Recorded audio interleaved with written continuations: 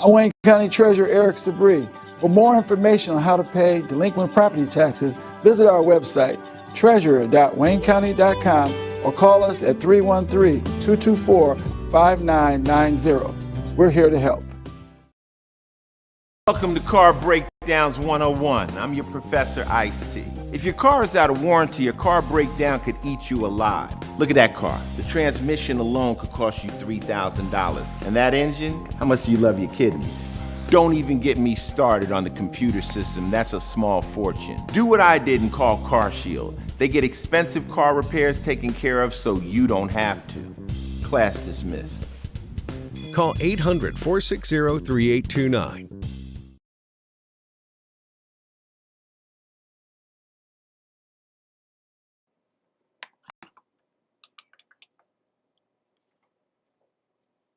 Welcome everybody to Let's Talk For Real with Miss Raina.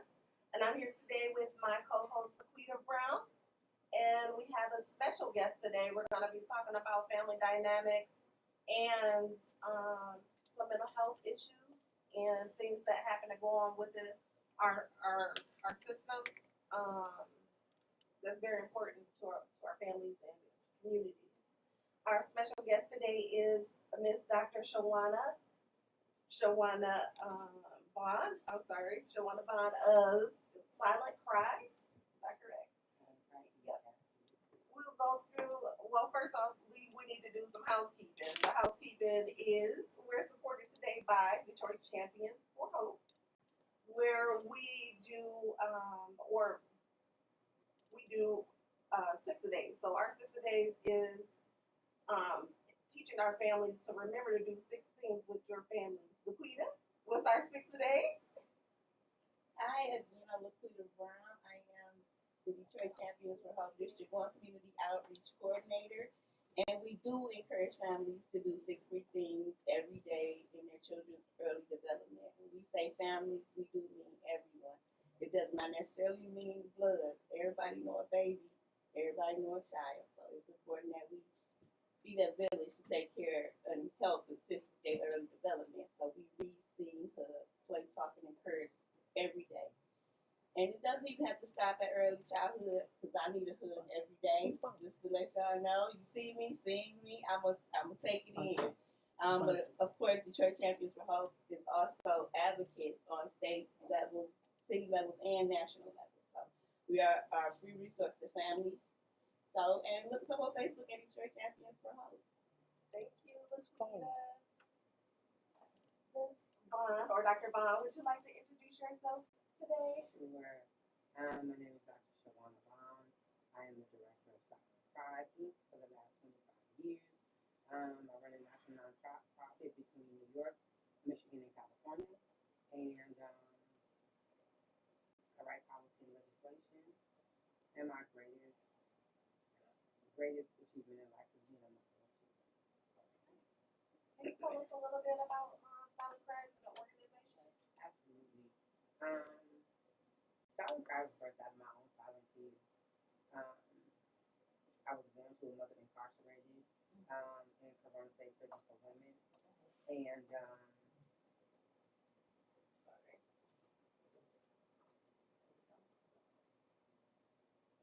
And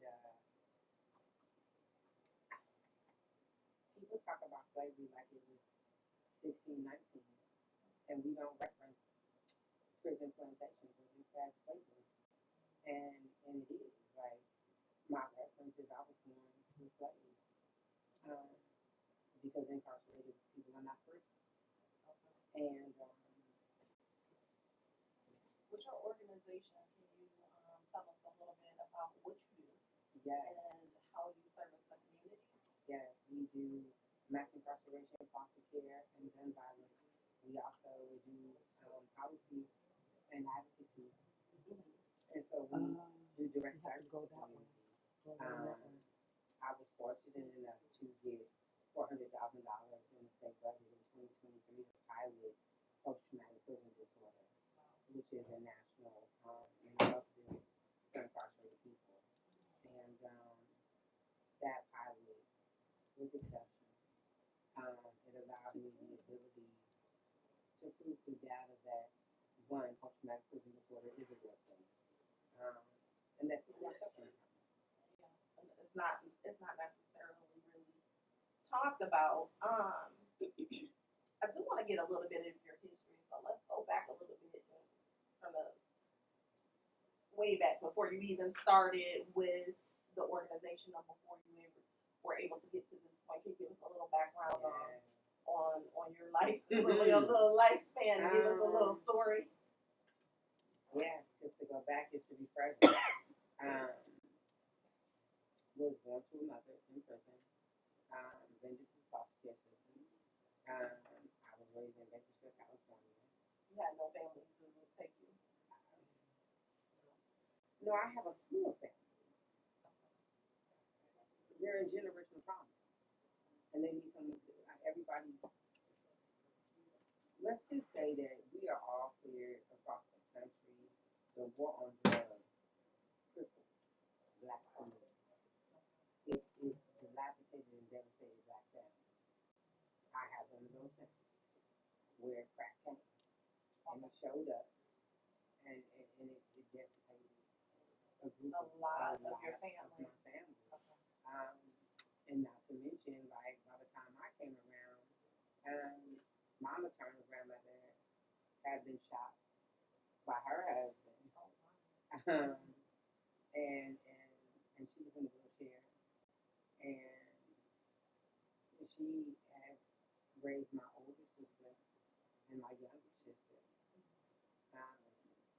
And unfortunately, they ended up in the system. So we're talking about We're talking about generational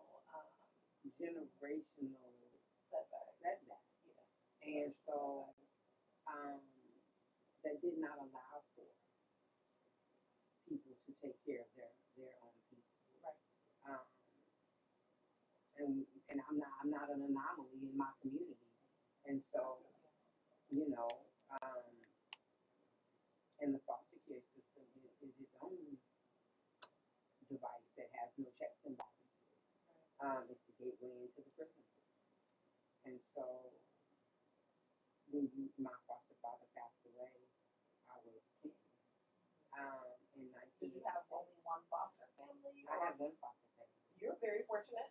I'm very fortunate because my grandmother knew my foster father. Right. And he was able to raise me. And I'm grateful. And so I didn't That's have your phone? the stories. Take it off the table. I didn't have the stories of my siblings where they had multiple foster homes. In the town where we lived in and 60 miles further from where we lived. And that wasn't my story. But my brother was murdered December 24th, 1986, and my father died August 20th, 1986. And they say a person is only as mature as when they trauma showed up. And so my trauma showed up at 10. The two stable people in my life left. And life just became different. And it was interesting. Because people were doing that and they got their own challenges. And so, you know, You have to give people grace sometimes. Maybe sometimes when we're going through it, we don't know until later on. until you leave living enough life. Right. To know, okay, well, there must have been some challenges there. There were some things going on. But can you tell us a little bit about how it was on the foster care? Even though you didn't have one family, Foster care is like prison. It is something you can't ever be ready to navigate. You just manage it. It's like diabetes. You just manage to get through it. But as an adult, you can manage. As a child, you're just coping. And it's because you're a kid and you're not emotionally or socially developed. You really don't know what the hell is going on. You're just waking up every day, just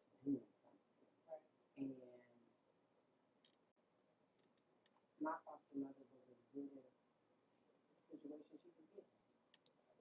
Like, and at this juncture, now that I'm an adult, I'm like, oh, right. Right. But in the moment, in it, It was this is yeah. and people, we want to paint people because they attend church and they say the things and they do the things and they're the great people A facade. somebody's kids to be with. Yeah. It's a facade. But nobody says that this is the place where your lady's nephew rapes me and he has no punishment, and we're told we can't ruin good people's lives. So trauma within with yeah. no repercussions No behind it. repercussions. No repercussions behind it. And we had similar shows in the past talking about the sweep it under the rug effect and how it can negatively affect people in the long run. Long term. You know, especially when it's just swept under the rug, oh well, okay. You know, move on. But nobody addresses the trauma that it caused you or any mental anguish that it caused you, you know.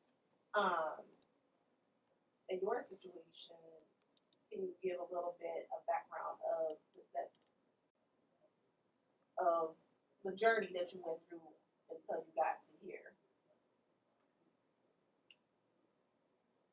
Trauma at 10. Trauma.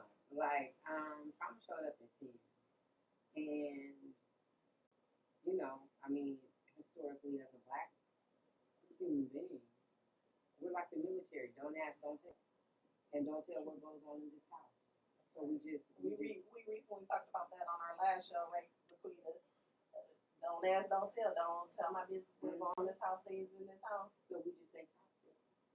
And the rapist gets to eat at the dinner table and come to the family reunion, and we just got Be around all the other kids. And we just got all type of trauma. We got the addicts who go to work and babysit the kids. Like, we just got it all. And there is no outlet. And so we find ways to cope. It's not. Thank God drugs and alcohol was never one of my ways because my life would have been a different story. Right. I found out I liked outside. Okay. I found out I liked outside. Outside was an aphrodisiac like crack was to an addict. Okay. And outside almost took my life. Because outside, I found all the things. And when you don't feel loved inside, outside is an illusion that will make you think it loves you.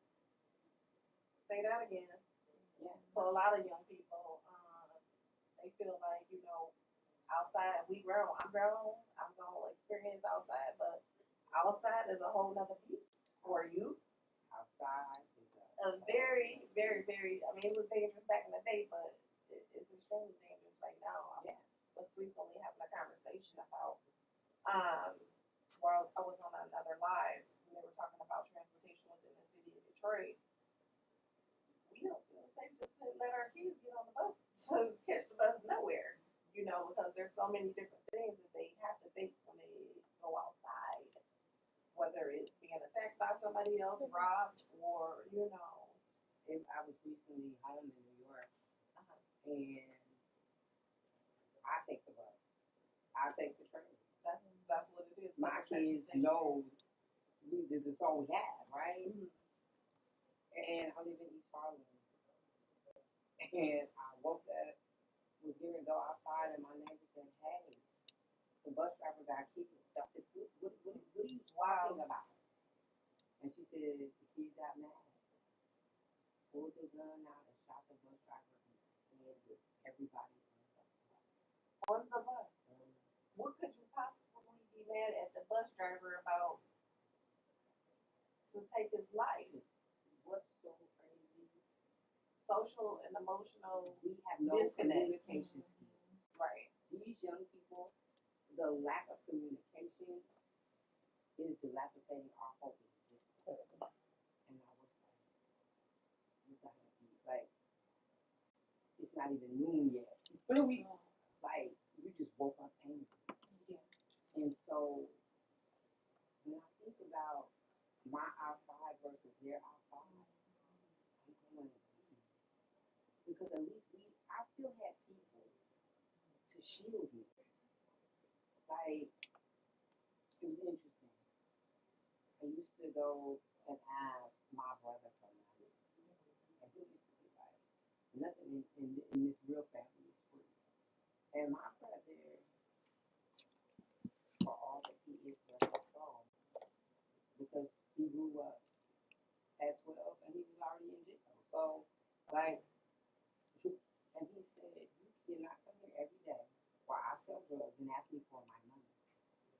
And he said, if you lay on your back, I'll pimp you. If you stand on your feet, you can be a soldier. I said, oh, wait, Wow. hold on.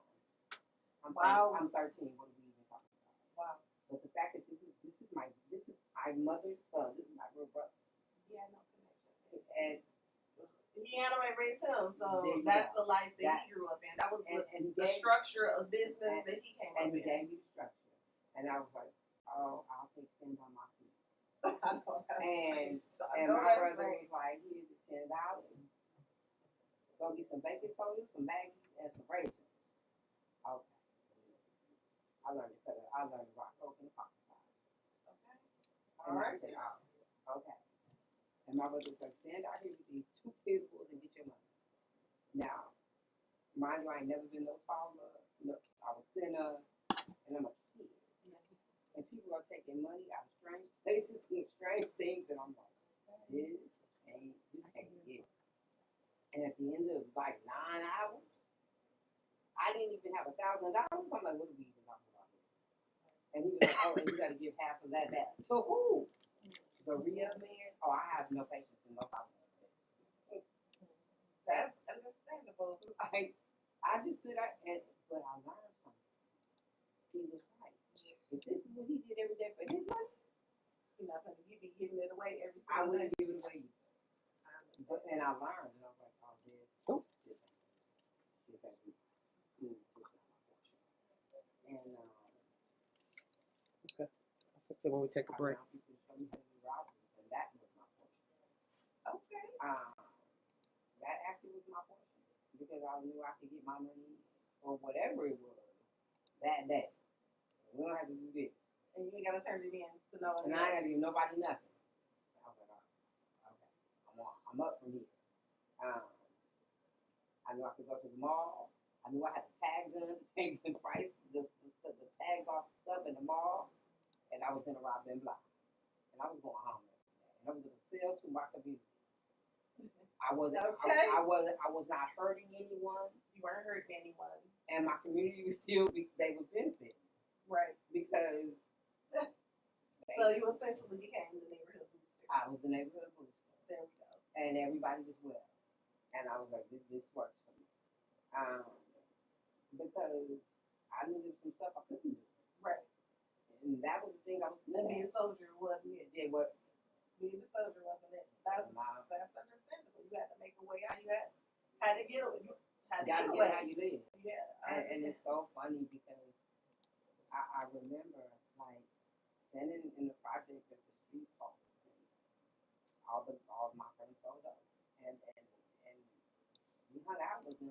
That was my friend. Right.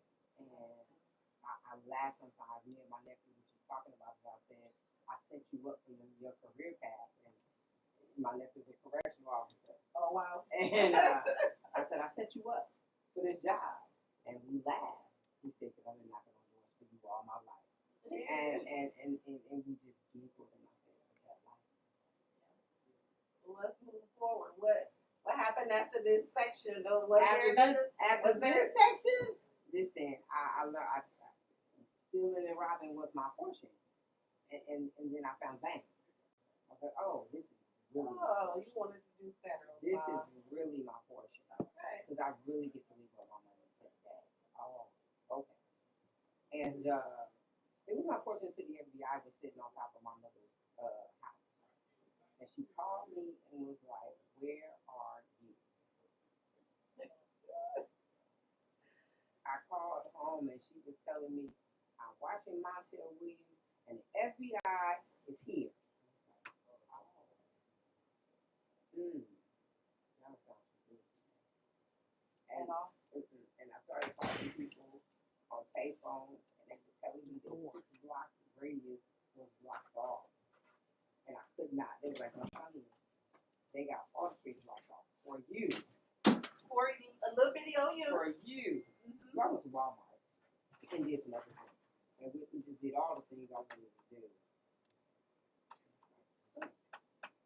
And so my mother was like, let me call them the time.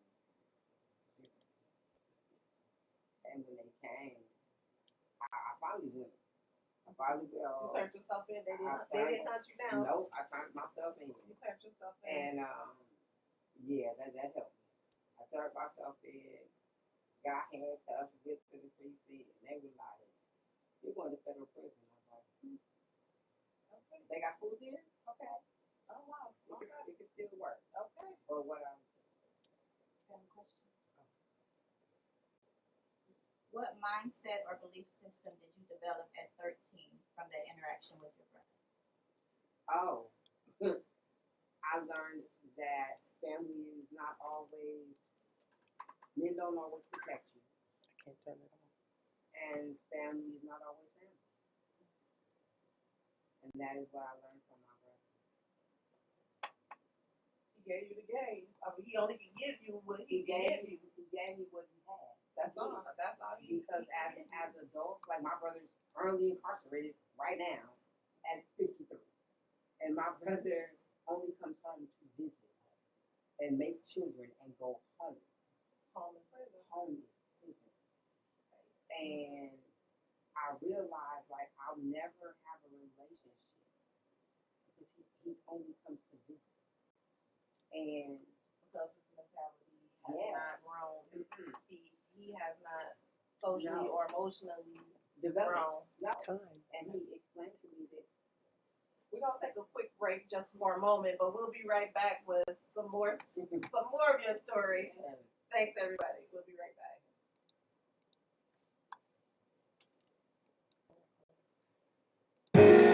How many of you all have that feel good song? This is mine right here. You are worthy. Put your hands together in this place. You are worthy. Oh, it's okay if you bow your head on this. Listen. When I think about how you brought me through danger seen and unseen, you taught me how to depend on you when I don't know what to do. You are worthy,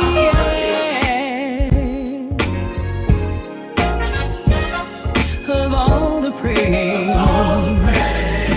You are worthy, yes, you are. And we magnify your name. For the years I fought against my calling you, you renewed my mind and changed me. Because the battle does belong to you. I remember how you saved me. You are worthy,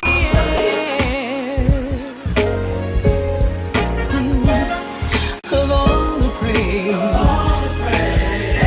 You are worthy, yes, you are. And we magnify your name.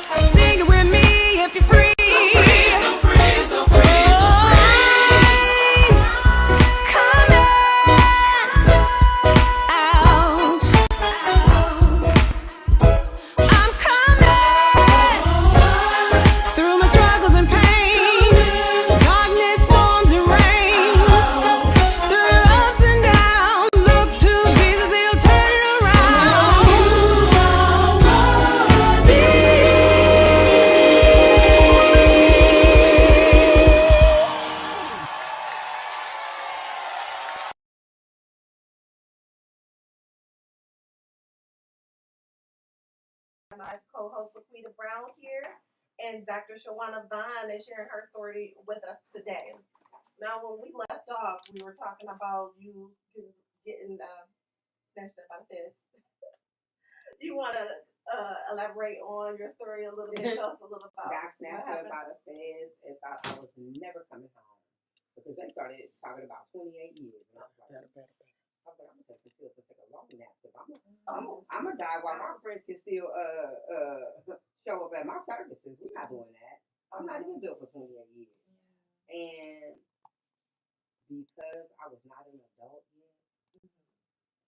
How old Not- are you? 15? I was at that point I was like 17. 17. Okay. And it saved me. Like, first of all, the bank teller didn't pick me. And I heard about it the next day. I saw it on the news myself and giggled. They said I was 5'7", dark skin, with long hair. I was like, Well, that wasn't me. that was not me, That was and I not can me. carry on. We're not even worried about it. And what was crazy, they never would have picked me. Somebody did a confidential informant and told on me. Oh, wow. And I was like, the price of poverty in the neighborhood. Right. But because there was no cameras back then, and because nobody picked me out of the lineup, You was almost off. what are we working with? Right. And I ended up I got a county flat year, and was like, yes. And in my county flat year, at first I was scared. I was like, oh my God. But then I got there, and I wasn't alone. Everybody came to see me. My brother was on the yard next to me. My sister popped up. My older sister came through. Wow. My aunt came through. Like, I was not alone. My uncle came through. Wow. I was like, oh, all right, this where we at. Like, we It was chilling. a family affair, It was it? was a whole a family family affair. get together. And it was crazy because, like, at that juncture, my sister had her own name in the street. And it was a name that people knew. And my sister was a blood, and she was for real. So I was like, yes, I'm safe. I'm safe here. Right. My aunt here, my uncle over there. Like, I'm good. It was My a brother's whole over family there. affair. It's a family affair. Wow. But Wow. in reality, does anybody know the level of generational trauma that is in one place together? And we are all I couldn't even toxic. imagine. And we're all sick. And we're all suffering. And that didn't register to me that day either. I was just happy. I did a whole 12 months. No problem. With no problem. I played. When I tell you somebody would want me to say I was suffering, And you weren't. I was There not was no suffering. That was the problem. That was the problem. I was Sure. not suffering. There was no correction. I was so close that everybody came to visit me. You had family there. I was a little kid. Everybody was. It was just my way. So there was no suffering. I just didn't want to eat green bologna. Like, all right, cool. And so I came home, and because there was no lesson learned, It wasn't a punishment. it was no punishment. No punishment. I even made new friends. I made new friends And learn some new stuff. and learned some new things to go learn do. some new stuff. You learn some new things to go do outside in the street. But I got home for 45 days, and then we're going to prison. 45 days. Oh wow, babe. Yeah. Well, nobody there to teach you and say, or put a stop to you and say, hey, once you leave, you already automatically on the watch for the feds. They're gonna be watching. They watching you. You know, the feds is watching.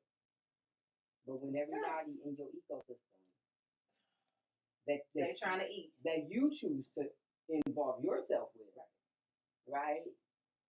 My ecosystem was doing what I wanted to do in my life. That's what you wanted to do. And so what I know about if you want to do, you're going to surround yourself with an ecosystem that encourages your behaviors. I'm not going to church when I want to go do robbery. I'm going to go to church to make money because y'all going to buy my soul and stuff. Because that's what you're going to do. I'm not going here because I need you to feed Save my me, soul or right. because You wasn't going to praise the Lord. You I wasn't want to gonna- sell your stolen items. yeah. And that's real. Nobody wants to touch you. Like That's real. that's what it is. That's real talk. And so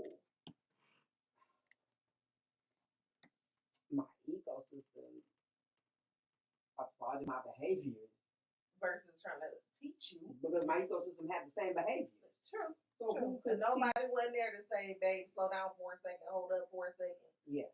45 days. 45 days. And it was Wow. it was at that juncture I'd already had handcuffs on, so okay. Like You still I was it at- was not an effect for it you. was I'm numb to this police car ride. Mhm. I can go here for 12 hours and I'll say shit to you. Mhm. And what are we doing? Mhm. And so I got in front of the judge and it became so real. At this point, At were you this- 18? And yes. Oh, you were at this 18. juncture, I'm Okay. 18 and it got real. It got real because the judge said it's Bill Clinton, Joe Biden tough on crime season, and everybody in here is going to prison. Wow. This is not a county jail situation today. Right. Right. And I wasn't ready for that reality. That was so crazy. That man sentenced everybody to prison Wow. because it was tough on crime season. Wow. And when they said 5 years with 85% and a strike, And the straight. and that was a plea deal. You were in California. Mm-hmm. California was one of the ones with that 3 strike. Yeah. With the 3 strike law. And So, so imagine that's the plea deal though. wow. That's the plea deal. Wow. Wow. And at 18, you still a baby. Mhm. Whether you thought so or not, you still a baby. Absolutely. And that was emotionally bankrupt, baby. And so I think for the first time, when I got back to that holding cell, I really cried. Like I really understood. Like, oh wait, my family's not going. Oh, wait a minute. You about to be by I'm yourself gonna be by myself. in the big girl's And prison. yeah, Mhm. and God showed up. Because when I got off that bus at Valley State Prison for Women in Chowchilla, California, there was a woman at the gate. And I was looking, I got off the bus and was going to receiving. And that was crazy.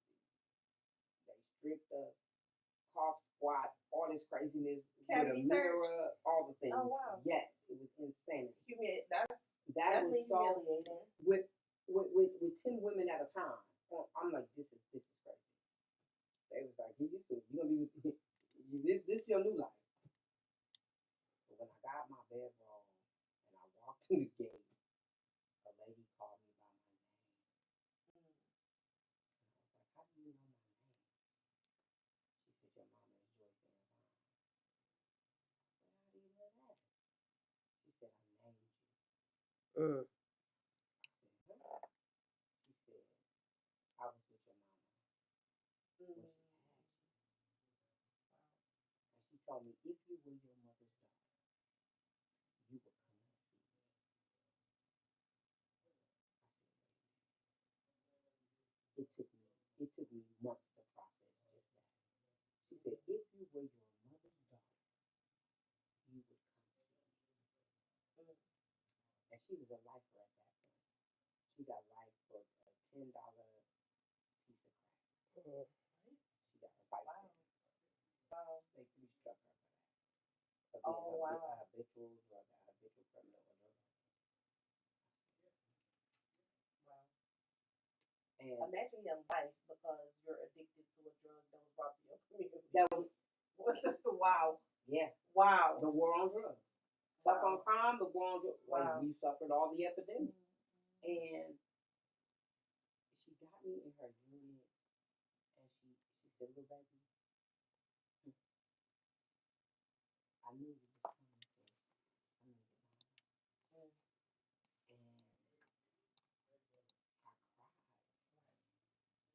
And I realized, like, nobody was talking about mama trauma. I realized I had it. Right. And it doesn't matter what your mother is in life or what she does. We mostly love our parents. We love our mamas. Right.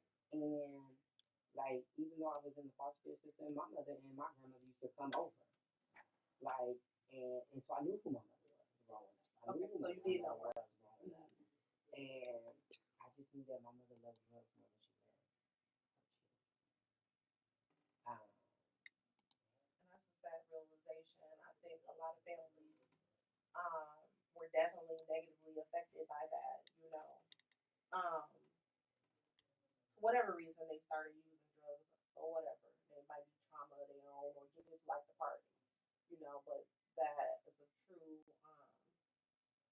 true realization for a lot of families. And for my mother, it was her trauma.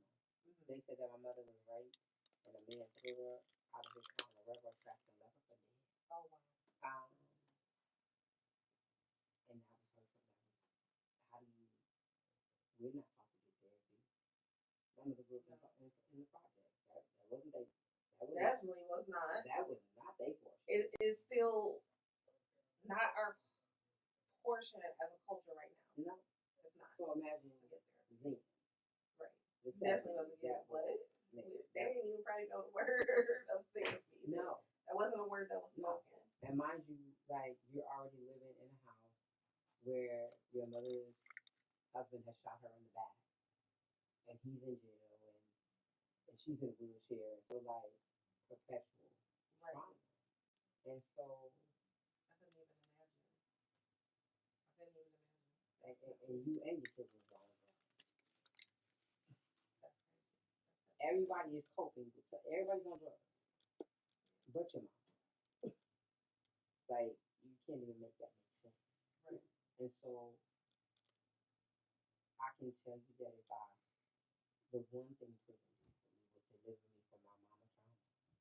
Like, Bernice QB literally came to heal my mother wound. And she plays a pivotal piece in healing that wound and that brokenness. She gave you the therapy? She gave me the therapy. Mm-hmm. She gave me the tools. She gave me the healing that I needed to begin to heal. Even when I didn't know what healing was or what it looked like, I knew that I did not feel as bad as I felt when I left as when I showed up. Because of her. Because there was a Bernice QB, there can be a healed Shawana. And I might not be healed from everything, but mama trauma won't be in my bag. So you had your 5 years for this then. Mm-hmm. After your 5 years, you come out to about what? Like In my 20s? 20s. Yeah, in your 20s.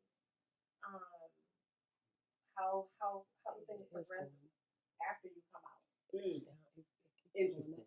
I realized it was hard to get a job. True. I realized the word felon was like a bad cuss word. Right. Like you marked with the red mark. Like I'm marked with a beast. Yeah. And I realized that people didn't let me in houses, and people were scared, and people were just Because you're a felon. because you're a felon and you've been in prison. Right. And that's just crazy. And what's crazy is we throw people barbecues to get them out from prison, but when nobody offers us help, that's where it starts and stops. Took me to dinner. Give me like Right. did you ask me what like Are the resources there? Are the support is not there to help you get on your feet and stay on your feet? there's no ecosystem for that. Right. And so unfortunately there's always an ecosystem to to do wrong. But the ecosystem to put yourself back together is slim to none to non-existent. Right. And you really have to make an individual choice to want to be healed or want to be whole, because nobody's on that journey with you. Right. And it's lonely. And I remember working at a cleaner, doing laundry, and I could do it because I did laundry in prison, Right. industrial laundry. But I realized like it was never enough to pay a bill. It was never enough to do anything. Say that again. And a high school diploma and a prison record, like what are we? It's just a disaster. And then I went in At least you had high school diploma. Yeah, At least you, yeah, At least you got that. yes. But Because that's coming when out and you didn't have it or got your GED while you was in it would there, have been worse. it would have been even worse. Yeah. Yeah. And I had to laugh. Like, thank God my crime was bank robbing, because at least I had what other people didn't have. Understandable. And so, like, oh, like, okay, great, because this is rough. And I said, I had a parole agent that was insane. Like, I heard about parole. I said, this can't be right. I think that's where it's a breakdown in the system. Like, okay, you have a parole agent or somebody that you report to a parole officer. If y'all put me back out into society, y'all probably banking on me coming back. So there's really no support there. You're the parole officer, you're supposed to oversee, make sure I'm not doing anything wrong, but why are not the people that's helping me find this job, helping me get this housing, helping me move up in life instead of, the harassment? And any job don't pay no bills. So you can work at the cleaner, you can work at McDonald's and stuff. For nowadays, how rent is, you got people who are making prominent money but still work 2 to 3 other jobs Just to survive. just to survive. So I couldn't imagine trying to survive off of income just from working at a cleaner. So they definitely don't want to pay minimum wage. No, and you can't get out of prison unless you got an address to go to. Right. And so I'm renting a house from my foster mother. I got Section 8 because I just came home, man. You were lucky to get the Section 8. Yeah. Because I think now if you're a felon, you don't get Section 8. No. Which is crazy because you You can't need get to housing. The You can't most get the vulnerable housing. people can't get a way to survive. Right. And because I'm a woman, there's no man at the gate talking about let me put you on my credit score and because men, they can be all right when they come home. Mm-hmm. A woman is gonna let them women drive take their care of car, them. they gonna feed them, they gonna do all the things. But women, that visitor won't be empty. And ain't no man coming to rescue us. Ain't no man at that gate for us. That's insane. It's not even the same. And so, as women who are nurturers, we hold men down forever. We do a whole bit. And women, They don't have that same. men ain't doing a day. They ain't staying for the You forgot about after the trial. No, you forgot about at the handcuffs. Gotcha. They ain't making it through the trial. I can believe that. Definitely. They ain't making it to the visitation. They ain't making it to put money in your books the first time. Yeah. So you really don't have the support. You just don't have it. You don't have that support. Women's support is not the same. And I'm lucky because people did visit me. People did show up for me. But I was in a room where people didn't show up for people. Mm-hmm. And I was like, That can really do something to your psyche. I watched it. Prison is sometimes people can overcome it or being in there, and then sometimes you can't. You might go insane, and when it's time to come out, I'm gonna tell totally you, different. nobody comes home unscathed from prison. I've never met anybody, and that's why I say we suffer from post-traumatic prison disorder, because prison is the thing. Like, we can all navigate our neighborhoods, whatever they are. If we live in Chirac, we can navigate that. Cause you literally That's know what what to do. we know. But prison, it's like the Lion, the Witch, and the wardrobe, and going into the closet, into the abyss. And there's no simulation that gets you ready for that because everybody ain't going home. Everybody's not walking out. People are gonna leave in body bags. Nobody is ready for that reality. People are gonna leave raped, abused. People are gonna be turned into drug addicts. People are gonna get mental illness from it. Like True. it's just I watch. I have a family member that went in as a young man for something he didn't do, or for something he swore he didn't do it. So, and they didn't really have proof or anything that he did it, but he did a whole 20 years at 17, 18. So And he's he's not. smart. No, very smart, very intelligent. He did get a degree while he was in there. Got his master mechanic license and everything. Can't sleep. Mind can't stop. No nothing. Or if you go to sleep, you waking up in a violent rage. I have my Or you can't be around anybody else because you may wake up violent. You know. That's a real thing. And as a family member, I don't know how to help them. I can say go to therapy, but ain't nothing therapy can do for me. Nothing nobody can do for me. You know, so the alcohol, the one thing we told him when before he came home, so we definitely went and visited. We did the money on the books and all those good things. But the one thing we told him was don't touch alcohol when you come home. Every visit, don't touch alcohol when you come home because you know what alcohol does. Don't touch it. That's what the coping mechanism is, and it's not good because it don't help. I mean, it might slow down some voices, But maybe. it doesn't. It makes things worse. Well, you know, my mantra, my hashtag is birthing pain is like birthing a baby with no anesthetic. You just gotta go through it. And sometimes healing hurts so bad it'll make you want to commit suicide. Because I've tried it. Healing hurts. And this is why people numb. Because healing is a cost to heal. Everybody can't pay the check to heal. And we want to think that everybody is going to be okay. Some people don't want to pay the cost because you got to look at like your ACEs, what happened in your childhood, who did, and that is sobering. And you say, mind you, I'm guilty of all my stuff. Right. I take accountability. I'm guilty on all accounts. Right. And for some stuff I didn't get, I'm guilty. Right. What about the person that's innocent? That's right. He has no vindication. That's 20 years. And like 20 years. And listen, 20 years. y'all better be glad he's not babbling in the corner. Because I'm glad that he's not. I mean, we've been through some things, you know, and you know, I don't know how to.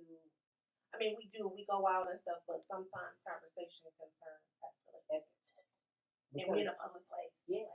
Like, but okay. because I'm trying, you know, because but sometimes it always go there, and I have to pull it back down. Like, look, we're not doing that today. We're not there right now. Because sometimes he's in the chow hall. And realize, I understand. like sometimes he's in the chow hall where you can throw the trays, you can escalate, you can do all things. It gets escalated to always being on the defense. Yeah. Did you have some questions? I'm sorry. First of all, Yeah, we're teary, right? I am too, but I'm holding mine back. But I have, I read your story before we had you on the show, so I know about the organization and things like that. I always say sisters have similar stories. So some things do resonate with me, from her story. So that's why emotion, because it is true. Everything she's saying is true. But as an organization that try to encourage families and build on childhood, early childhood development and things like that. I would like to know what encouraged you to make Silent Cry something you wanted to put on the minds for everybody. I had volunteered, so I got to New York. My foster mother, like after we had paid rent, she was like, "Oh, she gave me a 3-day pay quick." And I'm like, "Wait, I just paid rent." And so me, my nephew, and my cousin lived together, and I had no idea she was selling the house. Oh wow. And we had to move. So we moved. And I had met a man who lived in New York, and I'm like, I'm about to be homeless. And he was like, just come to New York. Okay. Because I ain't got nowhere else to go. And at this time, was it just you? You didn't have children? Oh no, I had already did the silly. Oh, I had already done the okay. silliest What's thing the ever. silly? Because when you get out of prison, Oh, okay. I see what you oh doing. father, What's silly? oh, because try being the bank robber and you're out of prison, you got all the friends, right? And silly me. Silly. I literally could tell you, I went somewhere, I went to my friend's house. A man said he wanted to ride to the club. I said, when you going with me, I'm going. He got in the car with me. We get to the club. There's a shootout.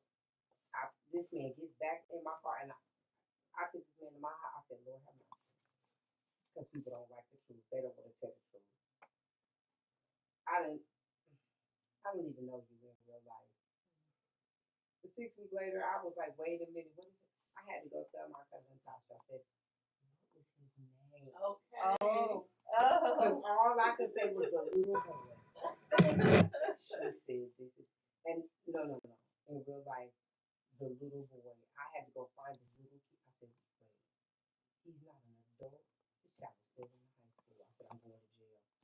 I'm going to jail today.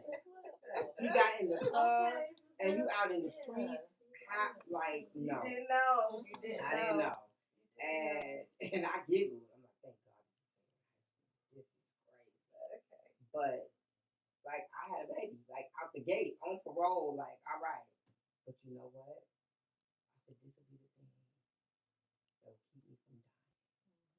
This will be the thing that will not allow me to contemplate all the things that are running through my head. Because somebody needs me. And I tell people, like, had I not had a son, I would be in a graveyard. And what the crazy is, I was okay with being in the graveyard. I can imagine. Like, I was okay with it. It was not, all my friends were there. Like, it was okay. Live fast, die young. Live fast, die young. And this is why I understand these kids. I share my son's music, Juicy World. Live that. I'm like, I get it. Like, I understand. Because sometimes they feel like ain't no hope. And at that point, I'm like, oh, because parole, like listen, I put it in the book. To get off parole, I slept with the parole officer.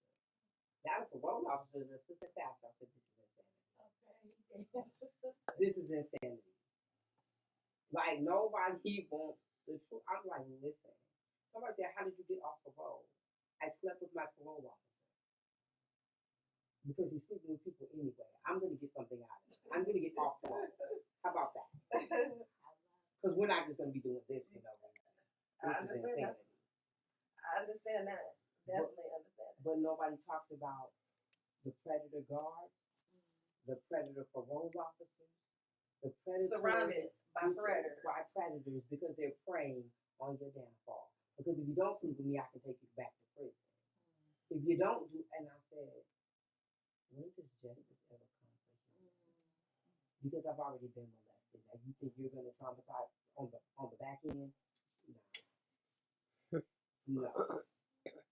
And we only got a few more minutes, but let's talk about. I know you have two. How many children did you? Two. You have two I have children. 2 children. 2 children that are 12 years apart. Because Wow. because I said he's going to be an only child. Like, I'm not doing this again. Because you make kids with young people, and so now we just growing up together. My son is growing up with you, and I'm just trying to grow up emotionally Right, because I'm emotionally undeveloped. right. And I tell my kids I'm sorry all the time because it could have been grand me being your mama because I was all messed up. Like, They survived it though. and They made it through. and my daughter wouldn't even know. My son talks about me in a way that if I died, they would have two obituaries because they know two different people. You had 12 years to fix it. Yeah, because I You had 12 years to fix it, it. and the person who gets the best mama is my daughter because now I'm here. But my son, he got the post-traumatic prison disorder mama in real life. But And you love them. and did and do, but guess what? We can love our people and still harm them. True. That's very true. That is very true because you only living in your space, in your time, Mhm. and what you going through. You can't see that you are projecting some harm onto somebody Mhm. else. You only know what you're going through while you're trying to still take care of that child. Yeah, and that's how I learned to forgive though, because I done lived enough life to know that I still traumatize my child. Like I don't care how I dress it, no, he's still traumatized. Right. And I'm like, oh, damn, that just. And sometimes he reminds me, like, He gonna remind you because it's there. because it's there. And Yeah, my he gonna daughter, remind you. she's at home right now baking cinnamon rolls and just living her And, best. and cutting flowers, cutting Yeah, roses. and living her best life. And I'm like, because, You were healed then. Can you Yeah. talk a little about what healed you, or real Yes. quick, because I know we don't Yeah. have that much time. How did you become healed, and some of the couple of little things that you started doing after you became healed? the ecosystem. For New York, they say the city of dreams and the city of chaos. New York healed me.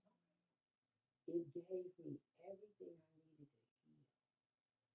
And it birthed silent cry. And I'm grateful. You had a village. I had a village. Okay. And I had Aunt Kathy. And without this lady, I don't even know where me and my kids would be. I've been homeless in New York. I've been everything you can possibly be. And one woman said, You had God. I had God. You had God. That's Let me what's tell up. you, because if I didn't, I wouldn't be here. And I have watched this ecosystem, like you said, a band of women. Like, I love Black women. We are the best thing God ever made. And when we stand with and for each other, we are freaking amazing. And I think that that's what heals me. An ecosystem of people saying, you can, I got you. What do you need? Like, I remember There's people out there. it's people. We the one of them. Yeah. I remember creating my organization and I told somebody my story. I told my Jewish neighbor in Brooklyn. She said, Tomato, what are you doing? I was like, I don't know. She said, come with me. I got in her Mercedes. She took me to Fordham Law School and told her son-in-law to do my nonprofit paperwork. And he did it. And she said, I got you. That's a village. That's a village. That's a village. And I was like, And you never know who's gonna be in your village or where it's gonna come from. Sometimes it pop up because God put them there. God put them there. I do want to point out that in all of her trauma, all of through her story, the way them people flock to you is because she lived in her truth. This is her authentic self, and that's how you draw these types of people to you. You get what you see. What you see is what you get, and that's all you can. And that's how I say that all the time. I say you can. Nobody's above a conversation as long as you be your authentic and your true self. because guess what I know?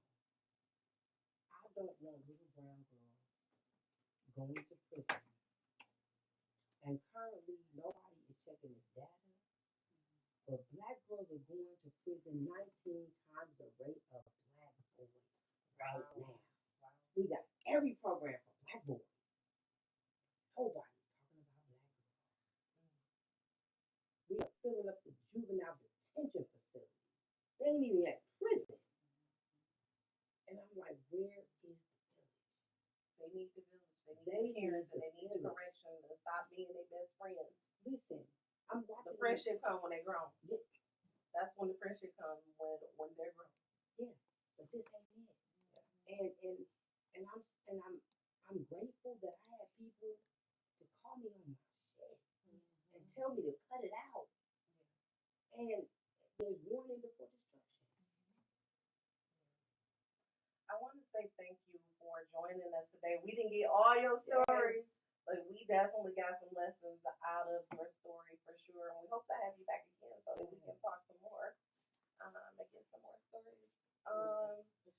Quita, look, yes, we gotta have a part 2 for sure. Yeah.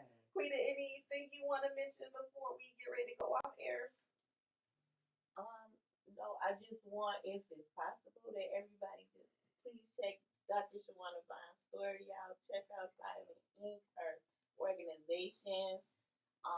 Check, you got some movie. The trailer to my documentary. I'm doing a trailer screening for anybody who wants to watch it for post-traumatic prison disorder, because nobody is the worst 60 seconds that ever happened to them.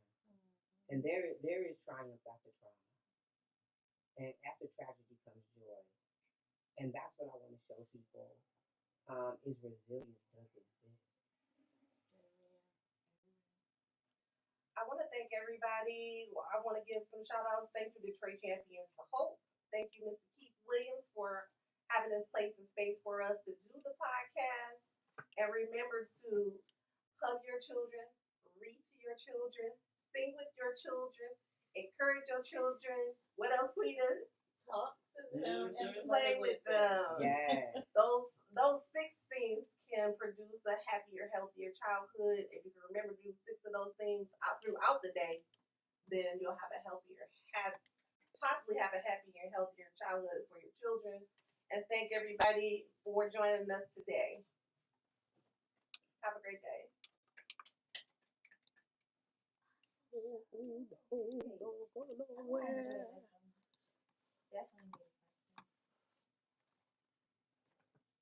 You're good. Okay. Thank you again, Miss Wendy. Oh, you're welcome.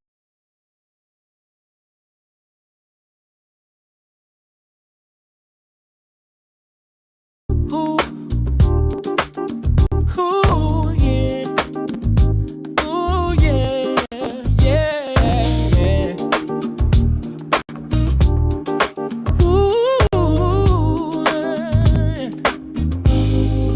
Ooh, I wanna dance. I wanna lift my hands and give you praise. Ooh, your faithfulness never cease. It brought me through the wilderness, and oh, I know that I am blessed. Ooh, I am blessed. Let me say, I'm blessed. I'm blessed. I'm blessed. I'm blessed. Ooh, I am blessed. Let me say, I'm blessed. I'm blessed. I'm blessed. Oh yeah. Woo. I could have been dead and not here. You saw that I should live. Ooh, I'm blessed. So I don't worry or fear, because I know you are here. I'm blessed. Ooh, I'm blessed. Let me sing it. I'm blessed. I'm blessed. I'm blessed. I'm blessed. One thing I know is for sure. I'm blessed. Say it again. I'm blessed. Yeah, I'm blessed. I'm blessed. I am blessed. I am blessed. I'm blessed. Hey, everybody, don't you know? Say it for the people. Hey, everybody, I'm blessed. Hey, everybody, I'm blessed. When I look back and I see you have always been there for me. So why should I worry? Why should I fear? Because I know